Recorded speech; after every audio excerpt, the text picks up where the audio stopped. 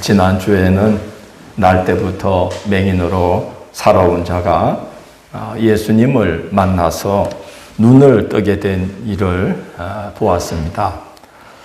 예수님을 만나지 않았다면 그의 지난 날들은 저주받은 생이었을 텐데 예수님을 만난 순간 비참했던 지난 날들도 하나님의 복된 계획 안에 있는 일이었음이 드러났습니다.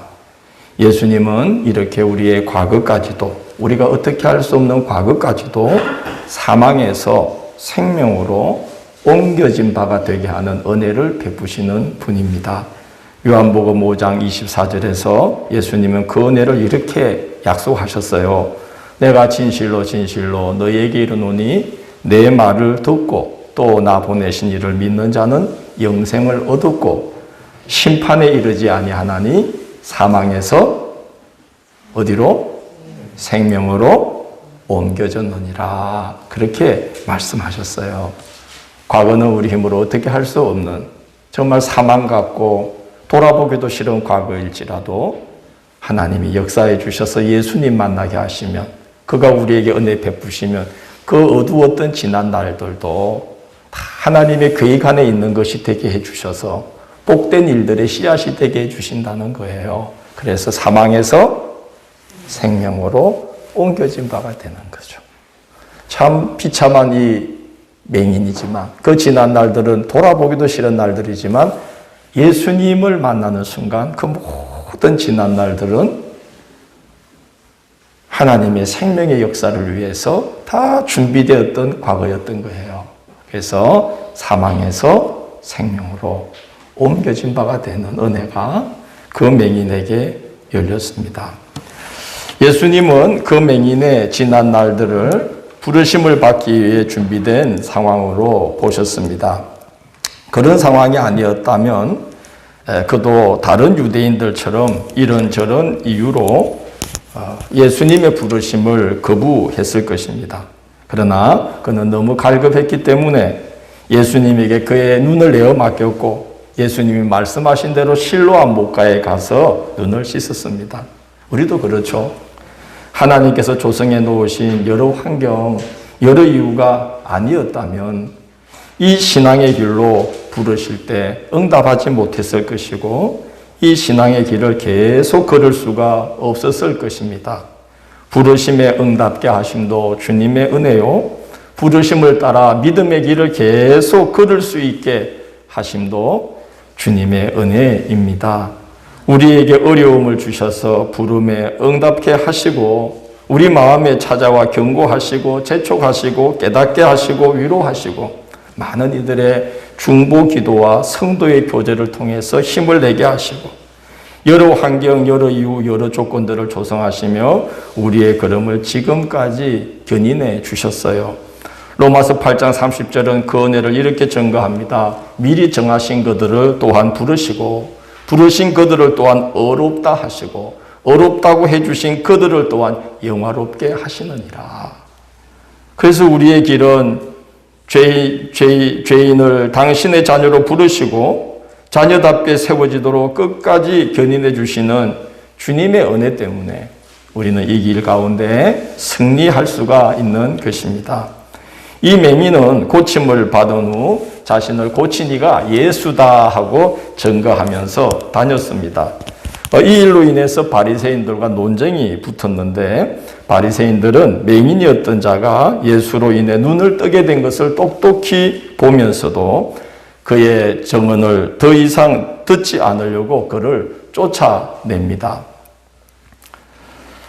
그가 바리새인에 의해 쫓겨났다 하는 소식이 들리자 예수님이 그를 만납니다. 지나가다가 우연히 만난 게 아니라 이제 그를 만나러 가신 겁니다. 그를 만나서 처음 하신 말씀이 고생 많았다 그러지 않으시고 애썼다 그러지 않으시고 뭐라 그러시죠? 네가 나를 믿느냐? 네가 인자를 믿느냐? 인자는 그리스도를 말하는 거죠. 너가 그리스도의 존재를 믿느냐? 하고 물으십니다. 예수님은 그를 믿음의 길로 이끄시려고 다시 만나 주신 것입니다. 하나님께서 그를 예수님과의 첫 만남으로 부르실 때에 그 부르심의 목적이 단순히 육신의 눈을 뜨게 하는 것이었다면 예수님이 그를 다시 만날 이유가 없었겠죠. 당신이 누구인지를 그 자에게 드러내시고 그래서 예수님과의 진정한 만남이 열리게 하려고 예수님은 다시 그를 찾아가 주신 거예요. 두 번째 부르심을 앞에 세워주신 거예요. 예수님과의 진정한 만남이 시작되어야 합니다. 그래야 그분이 내 안에, 내가 그분 안에 거하는 각별한 관계가 형성됩니다. 그 각별한 관계를 통해서만이 믿음이 허락되고 믿음이 자라고 그리고 그 믿음이 아니면 하나님께서 허락해 주실 수 없는 놀라운 구원의 은혜들이 바로 그 믿음의 관계를 통해서 우리에게 허락되는 것입니다. 우리 애들이 여러분 우리한테 얼마나 큰 소리 칩니까? 예? 한 달 내내 밥을 먹여줘도 얘들이 밥값도 안 내면서 얼마나 떵떵거리는지. 여러분 애들이 한 달 동안 재워줬는데 숙박비 내는 애들 봤어요? 자식들. 얼마나 당당한지. 아빠 돈 줘. 뭐 하려고? 불닭 사 먹어야 돼. 아유, 근데 애들이 말이에요. 당연한 거예요. 야, 아빠가 뭔 돈이 있어? 그러면, 너 뭔데 자꾸 그렇게 돈 달라 그러면, 아빠 딸이잖아. 아빠 아들이잖아. 예, 관계 때문에 주는 거죠. 그죠? 관계로 인해서 그들이 그렇게 당당한 거예요. 우리도 오늘 죄인이지만 예수님 때문에 하나님의 아들, 딸들로 관계 맺었으니까 와서 당당하게 하나님 앞에 기도하고 요구하는 거예요. 할렐루야. 당당하게. 관계 때문에. 여러분, 그 관계가 맺어져야 돼요. 믿음의 관계. 그 깊은 관계. 아들과 자녀의 관계. 맺어져야 돼요. 그래서 예수님은 이 맹인의 육신을 뜨게 하신 것에 머물지 않고 그의 영의 눈을 떠서 당신을 그리스도로 믿는 믿음 안에 거하게 하시려고 그를 다시 찾아오신 거예요. 육의 눈을 뜬 것은 아무것도 아니에요. 영의 눈을 떠야 된다는 거예요. 그래서 이제 당신을 알아봐야 된다는 거예요. 당신을 믿어야 된다는 거예요. 당신과 관계를 맺어야 된다는 거예요. 믿음의 관계 안에 들어가야 된다는 거예요. 그래야 구원을 받는 거예요.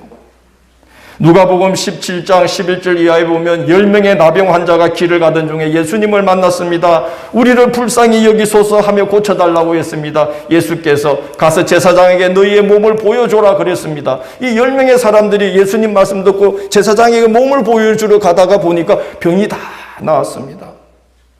그런데 그 중에 한 환자가 큰 소리로 하나님께 그 자리에서 영광을 돌린 다음에 예수님께로 다시 와서 예수님 발 아래 엎드려 절을 합니다. 예수께서 그러셨습니다. 10사람이 다 깨끗함을 받지 않았느냐? 그런데 그 9은 어디 있느냐? 하고 말씀합니다. 당연하죠. 그 9은 신나서 집에 갔습니다. 병만 나은 거예요. 그러나 예수님 이 한 사람에게 예수님과의 만남을 갖게 된 이 한 사람에게 축복하십니다. 내 믿음이 너를 구원하였느니라. 그 10명 중에 구원받은 사람은 그 한 사람이에요. 예수님과 만남을 가진 거예요. 관계를 맺게 된 거예요. 나머지 9은 신나서 집에 갔어요. 끝이에요. 병 낫고 말았어요. 하나님은 예수님과 진정한 믿음의 관계를 맺는 자들에게 구원의 은혜를 베푸십니다. 예수님을 하나님의 아들로 구원을 주시는 그리스도로 나의 구주로 진정으로 모실 때 하나님의 생명이 나의 영혼에 흘러들어오고 나의 삶의 모든 영역이 하나님의 은혜 아래에 머물게 되는 것입니다. 그래서 예수님 말씀하셨어요. 나는 포도나무요 너희는 가지고 내 아버지는 농부라. 너희가 나에게 붙어 있으면 그는 열매를 많이 맺나니 내 아버지께서 영광을 받을 것이요 그러므로 너희는 내 제자가 되리라고 말씀했습니다. 어떤 관계여야 하느냐? 나무와 가지의 관계처럼 붙어 있어야 된다는 거예요. 나무와 가지처럼. 우리 그런 그리스도인이 됩시다. 나는 포도나무요 너희는 가지니. 너희가 내 안에 내가 너희 안에 함께 해야만 그 사람이 과실을 많이 맺는다. 예수님을 그리스도로 믿고 구주로 모시는 것이 어떤 것이냐? 나무와 가지의 관계를 맺는 것을 말합니다. 그분 아니면 나는 없습니다. 그분 없으면 나는 못 삽니다. 다음 주일에 이제 그 이야기를 나누겠지만, 양이 목자 없이 어떻게 살아요? 우리 양이요, 우리 예수님은 우리의 목자이십니다. 나는 그분 없이는 못 살아요. 이게 우리의 노래가 되어야 합니다. 양이 양떼를 떠나서 엉뚱한 길로 가면요, 텔레비 보니까 목자가 무슨 신호를 보내요. 그 양과 그 목자만 아는 사인이 있더라고요. 목자와 양들마다. 어떤 양은 목자는 휘바람을 불고, 어떤 또 목자는 뭐 희한한 그 두드리고 그러는데, 희한하게 이 양이 엉뚱한 데 갔다가도 목자가 소리를 내면 채가닥 돌아서 가지고 목자 있는 쪽으로 쫙 와요. 그게 목자와 양의 관계요. 나무와 가지 된 우리 그리스도인과 예수님의 관계여야 한다는 겁니다. 이 바리새인은, 이 사람은, 이 맹인은 바리새인들 앞에서 예수를 지지했다는 이유 때문에 쫓겨남을 당했습니다. 유대교 당국자들은 예수를 그리스도로 시인하는 자는 이제 출교하기로 결의를 했습니다. 그래서 그가 계속 뜻을 굽히지 않으면 당시 유대 사회에서 가장 두려운 법정 선고 중에 하나인 출교를 선고받게 되는 거예요. 여러분, 출교당하면 부모들에게도 버림받습니다. 명예를 더럽혔다 그래서 쫓아내버려요. 심지어 죽이기까지 해요. 이슬람에서 그런 일 있지 않습니까? 딸이 코란을 어겼다고 귀를 자르고 죽이고 그러잖아요. 출교를 당할 수 있어요. 예수님이 그를 다시 찾아가서 네가 인자를 믿느냐 하고 물은 것은 무슨 뜻이냐? 네가 이번에 겪은 것보다 더한 일을 겪게 되더라도 나를 그리스도로 시인하며 나와 맺은 믿음의 관계를 지키겠느냐 하고 물은 것과 같아요. 더한 일을 겪더라도 인자를 믿겠느냐? 예수님은 그를 만나서 믿음의 길로 그를 부르신 거예요. 여러분, 예수님을 구주로 믿는 믿음이 아니면, 그분과 이런 관계가 아니면, 더한 일이라도 저는 주를 버리지 않겠나이다, 이런 관계가 아니면은 그런 위험과 불이익을 감수할 수가 없고 감수할 이유도 없지요. 지난주에 제가 상림을 걷는데 어떤 남녀가 나란히 손을 잡고 걸어요. 그래서 저는 저분들이 부부일까 아닐까 생각을 하고 있었어요. 이제 상림을 하도 가니까 눈에 딱 보면 알아요. 부부다. 부부가 아닌데 왜 저러지? 부부들은 보통 손을 안 잡아요. 그죠? 근데 이상하게 손을 꼭 잡고 가는 거예요. 그래서 부부가 아닐까? 근데 손을 왜 잡았지? 이러고 이제 가까이 이렇게 가고 있는데 수근수근 이야기를 해. 근데 가만 보니까 부부야. 부부도 손잡고 다니는 부부가 있더라고요, 요즘은. 근데 이야기가 뭐 예수 어쩌고 하는 거야. 그러니까 내가 직업병이 확 도져가지고 예수 이야기하네. 바짝 붙었지. 안 들키게 교회 다니시나 보다. 쫙 쫓아가는데 가만 보니까 이제 뭐 예수는 사랑을 이야기하고 석가는 자비를 이야기하고 이 땅에 교회가 이렇게 많이 세워지게 된 것은 그거는 예수의 제자들이 공이 크다. 뭐 이제 이런 이야기를 쭉 하고 가는 거예요. 그래서 가만 보니까 이제 온 매무새가 생활 한복을 입고 그래서 함양에 기촌하셨구나.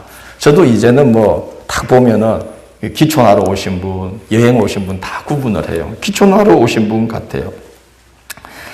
근데 그분이 교회와 기독교 신앙에 대해서 이제 어느 정도 아는 분 같은데 교회를 다니는 분은 아니에요. 그래서 보니까 예수를 존경하고 훌륭한 사람으로 이해를 해요. 그런데 한번 생각해 보십시다. 예수님을 존경할 만한 훌륭한 사람으로 이해하고 그를 지식으로 아는 것과 예수님을 그리스도로 믿고 우리에게 영생을 주시는 하나님의 아들로 믿는 것과 차원이 얼마나 다를까요? 어느 정도로 다를까요? 하늘과 땅 차이죠. 우리는 매주 교회 와서 예수 그리스도로 말미암아 우리에게 구원을 주시는 하나님의 은혜를 경배하고 예수 그리스도의 십자가와 부활을 찬양과 기도와 예배를 통해서 기억하고 기념합니다. 매주. 여러분 그분에게 그렇게 하라면 할까요? 아마 그분 여기 앉히는 거는 홍해가 갈라지는 기적보다 어려울 거예요. 여러분 우리가 일주일, 한 달 얼마나 열심히 살아갑니까? 저는 여러분들의 직장에서, 일터에서 겪는 일들을 이야기 나누다 보면 정말 감사한 마음이 들어요. 야, 저렇게 일해가지고 저렇게 수고하고 사람 때문에 고생하고 쏙 썩으면서 교회 지키고 11조 드리고 감사헌금하고 성교헌금하고 때마다 이마다 헌신하고 봉사하고 교회 청소하고 성도들 밥으로 섬기고 야, 정말 고맙다. 여러분 그 상님 그분에게 그 하라고 하면 하겠어요? 예수를 그렇게 잘 알아도 할 수가 없어요. 그분은 주님의 몸된 교회를 향한 우리의 헌신을 절대로 이해하지 못할 것입니다. 예수님에 대해서 아는 것과 예수님과의 믿음의 관계로 맺어지는 것은 하늘과 땅만큼이나 차이가 납니다. 여러분 우리가 지난 1년 반 동안 이 코로나 시국에 국가의 방역 정책에 최대한 우리가 협력하면서도 상황에 맞게 다양한 방법을 다 동원해서 이 예배를 지켜나가려고 얼마나 몸부림쳤어요. 난 우리 하나님이 그거 다 보시고 상급을 주시리라고 믿습니다. 이 예배 지키려고 그냥 막 영상으로 했다가 막 나눠서 저쪽에 갔다가 마당에서 터졌다가 우리가 왜 그럽니까? 예수님과 끊을래야 끊을 수가 없는 특별한 관계, 믿음의 관계 이렇게 맺어지도록 하나님께서 우리를 이끌어 주셨고 이 교회가 주님을 이 땅에 주님이 이런 분이야 하고 나타내도록 주님의 몸된 교회임을 우리에게 깨닫게 하시고 이 교회 세우는 게 우리의 인생 세우는 것만큼이나 중요하다는 것을 우리 마음에 우리 하나님이 허락해 주셨기 때문에 그 관계를 통해서 예수님과의 믿음의 관계를 통해서 허락해 주셨기 때문에 우리 교회를 이렇게 아끼고 사랑하고 있습니다. 아는 것과 믿는 것은 다른 거예요. 네가 인자를 믿느냐? 예수님이 그를 다시 찾아와서 이 질문을 던져주신 것은 병을 고치고 병을 고침받는 관계 이상의 관계로 그를 초대하시기 위함입니다. 그래서 예수님은 지금도 문득 우리를 찾아오셔서 네가 나를 믿느냐? 이렇게 말씀했듯이 네가 나를 정말 믿느냐? 내 믿음이 지금 어디 있느냐? 우리가 지치고 힘들 때에는 엘리야에게 하셨듯이 엘리야야 내가 어찌하여 여기 있느냐? 왜 그러고 있느냐? 이러면서 우리를 찾아와서 지금도 우리에게 질문을 던지셔요. 그 질문 많이 받지 않습니까? 탈도 없이 신앙생활 잘해온 분들처럼 그렇게 가만히 계시네. 주님이 우리한테 얼마나 질문 많이 해요. 너 왜 그러고 있니? 힘내라. 네가 나를 믿느냐? 진짜 믿니? 나와 정말 깊은 관계로 가고 있니? 얼마나 말씀을 많이 걸어오셔요. 네가 나를 믿느냐 그럴 때 이 맹인은 주여 내가 믿고자 하나이다 라고 응답합니다. 저는 이 마음 하나님께 복받은 마음이라고 생각합니다. 체계적으로 교육받아서 생겨난 믿음이 아니에요. 어디서 막 세뇌 받아가지고 이단들 그거 많이 하죠. 막 매일 가서 그냥 공부하다 보니까 세뇌를 받아가지고 그냥 세뇌 받은 게 입으로 막 나와. 그거 믿음 아닙니다. 믿음은 하나님이 주시는 거예요. 할렐루야. 믿고자 하나이다. 이 마음은 하나님이 주시는 선물이에요. 비참한 출생과 오랜 역경으로 인해서 이 맹인의 심령은 어떤 심령이냐? 비 한 방울이라도 떨어지면 그거라도 딱 그 한 방울 붙잡고 싹을 틔우려는 그런 갈급한 심령으로 이 맹인이 준비되어 있었던 거예요. 너무 비참한 인생을 살아오는 동안에 하나님이 그 마음밭을 갈아주셨어요. 은혜를 사모하는 마음, 그리스도를 사모하는 마음을 주셨어요. 그가 누군지 몰라도 그 마음에 하나님을 사모하는 마음을 주셨어요. 그분이 아니면 내게 답이 없다는 마음을 주셨어요. 그래서 한 방울 빗방울만 떨어져도 그거 다 붙잡고 싹을 틔우려는 그런 식물의 마음처럼 이 사람의 마음이 밭이 갈아져 있었던 거야. 그래서 믿고자 하나이다. 여러분, 우리가 이런 순전한 믿음, 순전한 마음이 우리에게 허락되고 그 믿음, 그 마음 잃지 않도록 서로를 위해서 기도합시다. 신앙에 대한 지식이 아무리 많아도, 신앙의 연륜이 아무리 오래되어도 하나님께 이 믿음, 이 마음 받지 않으면, 그 마음, 그 믿음 잃어버리면 소용이 없어요. 바리새인들을 보십시오. 순전함을 잃어버리니까요, 뿌리까지 다 죽어버린 식물 같지 않습니까? 이 맹인은 주님이 한마디만 해도 믿고자 하나이다 하는 심정인데, 이 바리새인들은 예수님께 끝까지 내가 한번 믿을 수 있도록 기적을 이것저것 한번 베풀어 보시오, 그런 태도예요. 아무리 지식이 많으면 뭐합니까? 신앙생활의 경륜이 아무리 이 바리새인들이 오래되면 뭐합니까? 주님의 은혜를 받을 수 있는 순전한 마음, 순전한 믿음을 잃어버린 거예요. 그 믿음, 그 마음, 믿고자 하는 마음, 그래서 믿음에서 믿음에 이르는 신앙, 그걸 놓고 기도하시면 하나님이 그 마음, 그 믿음 선물로 주십니다. 왜냐? 하나님께 덕이 되는 일인데 왜 안 주시겠어요? 그래서 여러분, 순전한 믿음을 주옵소서 기도하시기 바랍니다. 시종일관 주님 부르시는 날까지 순전한 마음 잃지 않게 해주십시오. 기도하시기 바랍니다. 제 친구 목사가 첫 목회를 나가서 첫 설교 시간에 교우들을 바라보고 있는데 기가 막히더래요. 왜 기가 막히냐? 이 친구가 아버지가 신학교 가라고 어지간히 닥달을 했나 봐, 목사 되라고. 웃자다가 신학교 가서 웃자다가 졸업하고 웃자다가 목사가 되어버려서 웃자다가 목회를 나온 거야. 그런데 아직도 성경이 안 믿어져. 그런데 지금 교인들이 설교를 듣겠다고 떡 앉아있고 목사님 하고 있으니까 기가 막혀서 성도들에게 너무 미안하기도 하고 안쓰럽기도 해서 설교를 시작하면서 이실직고를 했대요. 저 죄송한데요, 저를 위해 기도 좀 많이 해주세요. 저는 아직 성경이 믿어지지 않습니다. 그렇지 뭐, 웃자다가 신학교 가서 웃자다가 졸업하고 웃자다가 목사 되고 웃자다가 이제 목회 임지에 나왔는데 안 믿어지는데 거짓말 할 수도 없잖아. 그러니까 기도 좀 해주세요 하고는 안 믿어집니다 그러고 내려왔어 그냥. 근데 성도님들이 얼마나 훌륭한지 목사님 나가라 그러지 않고 그 목사님에게 믿음 달라고 그렇게 기도를 하실 거야.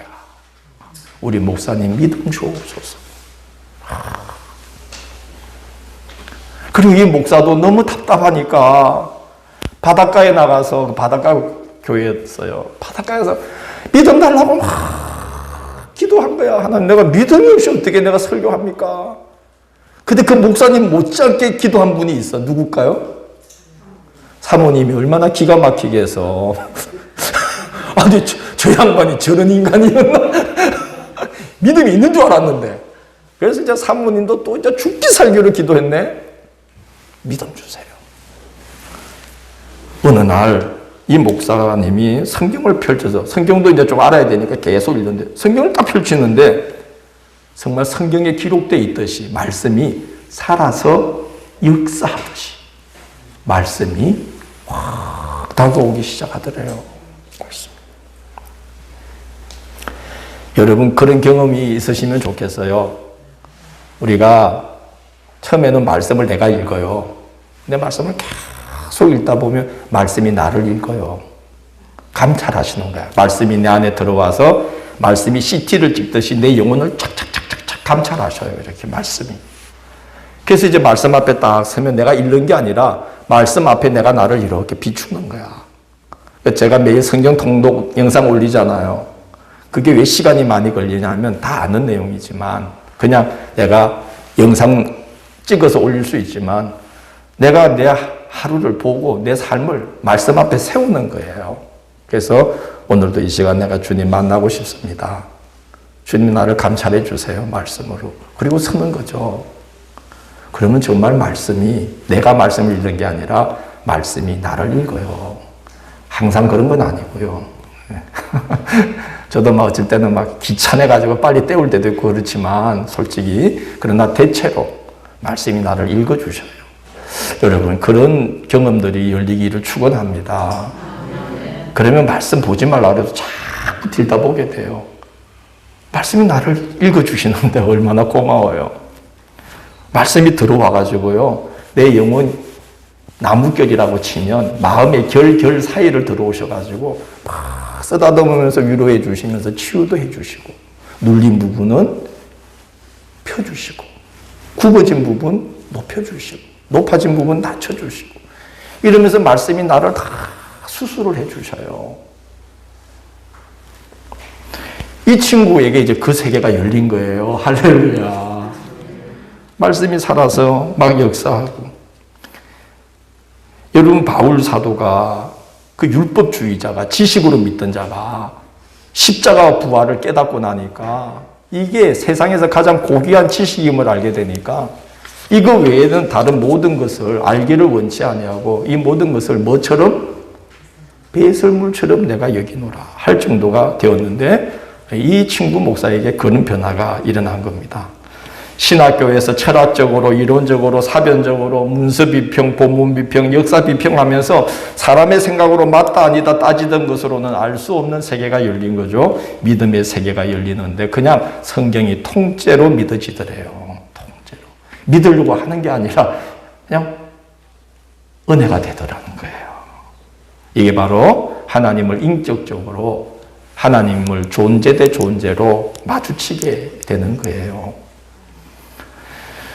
우리에게도 이런 믿음이 열려야 되겠지만 부탁합니다. 우리 자녀들이 삶의 어느 시점에 이런 신앙이 열리기를 기도해 주셔야만 합니다.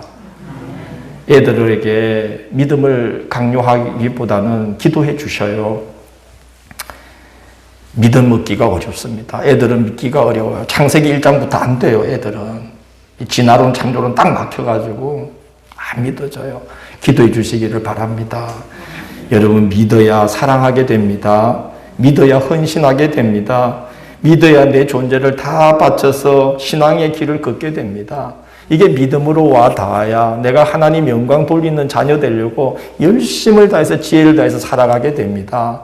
그래서 형통하게 됩니다.